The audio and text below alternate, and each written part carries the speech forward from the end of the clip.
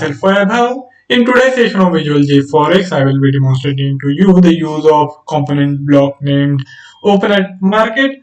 As the name suggests, it is used to place the orders at market prices, and we use this component once the basic setup is ready and we have defined the conditions which then results into the execution of the order for buy or sell as the requirement may be. This is included under the trading components. In prior sessions, we have seen these two component blocks, close and cancel position, and then in yesterday's session we saw the custom trailing stop, and now it's the turn of open at market.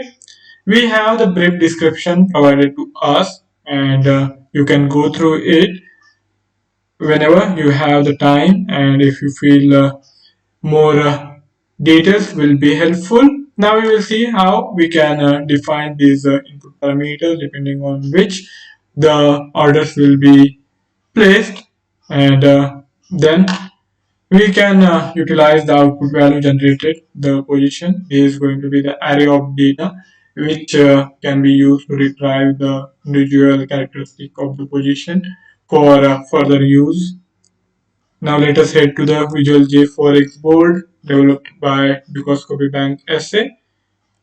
So here it is, open at market. We are assuming that there is an algorithm in place, and we are going to only see the input parameters and how we can customize these input parameters for initializing the system. Any of these three start points can be taken in, and we are going to use trade event as our start point for today's session. Coming to its components, you can place the order at market prices for both buy as well as the sell side, and depending on your trade requirement, the order will be placed. We have to define these five input parameters: the instrument, default trade amount, default slippage, stop loss, and the take profit. There is there are these given values, the default values, and for all the five input parameters we have the default values given to us, but we can always change this. Now suppose if you are working with a different instrument, then you can change this default instrument, and for example I'm going to make it cat JPY, so the instrument can be changed from here. When you change the default instrument, that same instrument will be available at all the other blocks on which we are using the default instrument. Coming to the trade amount, this can be also changed. Here 1 means 1 million. This input variable is defined in millions. So when I write 1, it is going to denote 1 million. And if we want to use lower values, then we can simply add the decimal point and the required number of zeros. Suppose if we want the order to be executed for 10k, 10 grands, then all we have to do is take these decimal point and then add the required zero. If we take now one more zero, then we will have the 10,000. I have changed the trade amount. Slippage. Slippage is the allowed difference between the market price and the you can say the order command price, and this is the maximum permissible difference, and the minimum difference can be 0, and usually it is kept at 5. Sometimes what happens when there is increased volatility, the slippage might occur. You are executing the order, but by the time it gets filled, there might be some slippage because of the increased volatility, and if that slippage is within these defined parameter, then only the execution will take place, otherwise the order will be cancelled.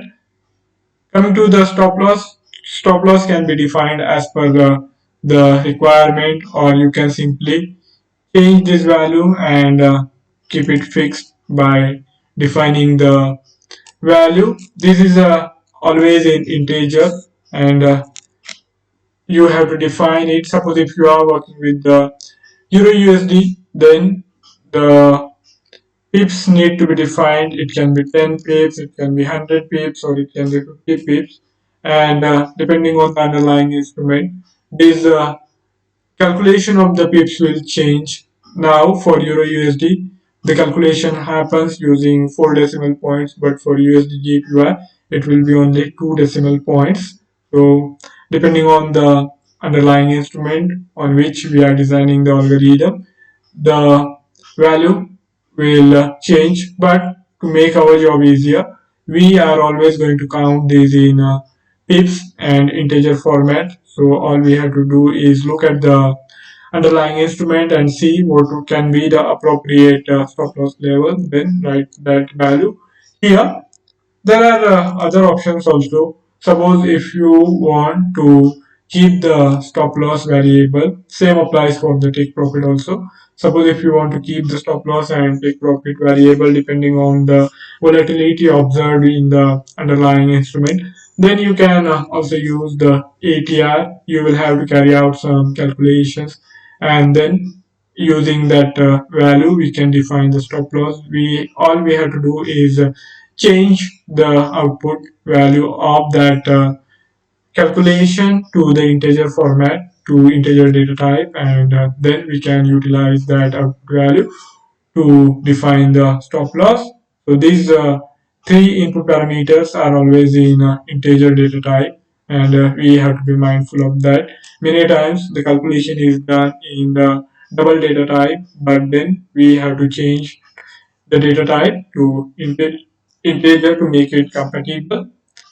As I explained about the stop loss, the process is fairly similar to the take profit also. And if you want to keep the integer value defined, then all you have to do is look at the required profit ability and define the take profit accordingly. If you feel that for any of your setup there is some value, the certain value, which is likely to bring in more profit, or the profitability is higher with that take profit, then I think that should be the appropriate take profit. And here also we can keep it variable and utilize the other calculation expression blocks and define the take profit level. Comment is optional. You can add comment, and this then will be displayed whenever the execution takes place. Now, after these all the input parameters are defined, we have to uh, we can take this output value as position. This is not mandatory. This is also optional. Suppose if you are going to use this position created because of the execution of the order for say the trailing setup, then you can utilize this variable generated, which is going to be the array of data, and look at its individual characteristic, and using that you can design the trailing setup, or even the barrier setup if you want your stop loss levels to be revised once certain parameters are fulfilled, once there is enough of profit in the underlying position, and then you don't really want to lose out on all the profit in case the circumstances change before the target prices are hit.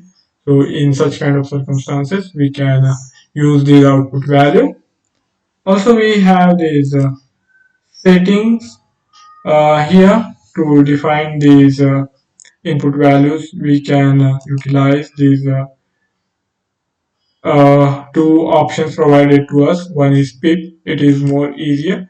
Suppose if we use price, Then, whenever we see that there are some levels which are likely to be crucial moving forward, then we can also define the stop loss and take profit levels using the price formation. And in that case, we have to change the setting from pips to price, and then accordingly, these two input integers will be changed, and we will have the data type also changed from integer to double, and we can utilize these options provided to us as well.